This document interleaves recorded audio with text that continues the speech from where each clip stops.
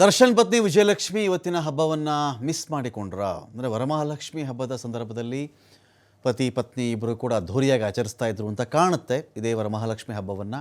ಆದರೆ ಈ ಬಾರಿ ವಿಜಯಲಕ್ಷ್ಮಿ ಅವರ ಪತಿಯನ್ನು ಮಿಸ್ ಮಾಡಿಕೊಂಡಿರಬಹುದು, ತುಂಬ ನೆನಪಿಸ್ಕೊಳ್ತಾ ಇರಬಹುದು ಕೂಡ. ಈ ಒಂದು ಕೈ ಕಾಣಿಸ್ತಾ ಇದೆಯಲ್ಲ, ಇದು ದರ್ಶನ್ ಅವ್ರಿಗೆ ಒಂದು ಆಕ್ಸಿಡೆಂಟ್ ಆಗಿತ್ತು. If I am not wrong, Mysuru ರಸ್ತೆಯಲ್ಲಿ ಒಂದು ಅಪಘಾತ ಆಗಿತ್ತು ಅಂತ ಕೇಳ್ಪಟ್ಟಿದ್ದೆ. ಆಗ ಆದಂಥ ಗಾಯ ಅದು.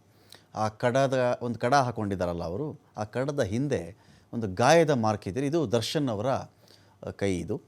ಸೊ ಈ ಒಂದು ಫೋಟೋನ ಇವತ್ತೇನು ಮಾಡಿದ್ದಾರೆ, ವಿಜಯಲಕ್ಷ್ಮಿ ಅವರು ಪೋಸ್ಟ್ ಮಾಡಿಕೊಂಡಿದ್ದಾರೆ. ಪೋಸ್ಟ್ ಮಾಡಿಕೊಂಡು ಅಂದರೆ ವರಮಹಾಲಕ್ಷ್ಮಿ ಹಬ್ಬದ ಸಂದರ್ಭದಲ್ಲಿ ಅವರ ಪತಿಯೊಂದಿಗೆ ಯಾವಾಗೋ ಹಿಂದಿನ ವರ್ಷಗಳಲ್ಲಿ ಪೂಜೆ ಮಾಡಿದಂಥ ನೆನಪಿರಬೇಕು. ಹಾಗಾಗಿ ಆ ಒಂದು ಫೋಟೋವನ್ನು ಇವತ್ತು ಹಂಚಿಕೊಂಡಿದ್ದಾರೆ. ಪ್ರತಿ ವರ್ಷ ಅದ್ಧೂರಿಯಾಗಿ ಅವರ ಮನೆಯಲ್ಲಿ ವರಮಹಾಲಕ್ಷ್ಮಿ ಹಬ್ಬ ಆಚರಣೆ ಆಗ್ತಾಯಿತ್ತು. ಆದರೆ ಈ ಬಾರಿ ಇನ್ಸ್ಟಾಗ್ರಾಮ್ನಲ್ಲಿ ಫೋಟೋವನ್ನು ಹಾಕ್ಕೊಂಡು ಸುಮ್ಮನಾಗಿದ್ದಾರಾ ವಿಜಯಲಕ್ಷ್ಮಿ ಅವರು.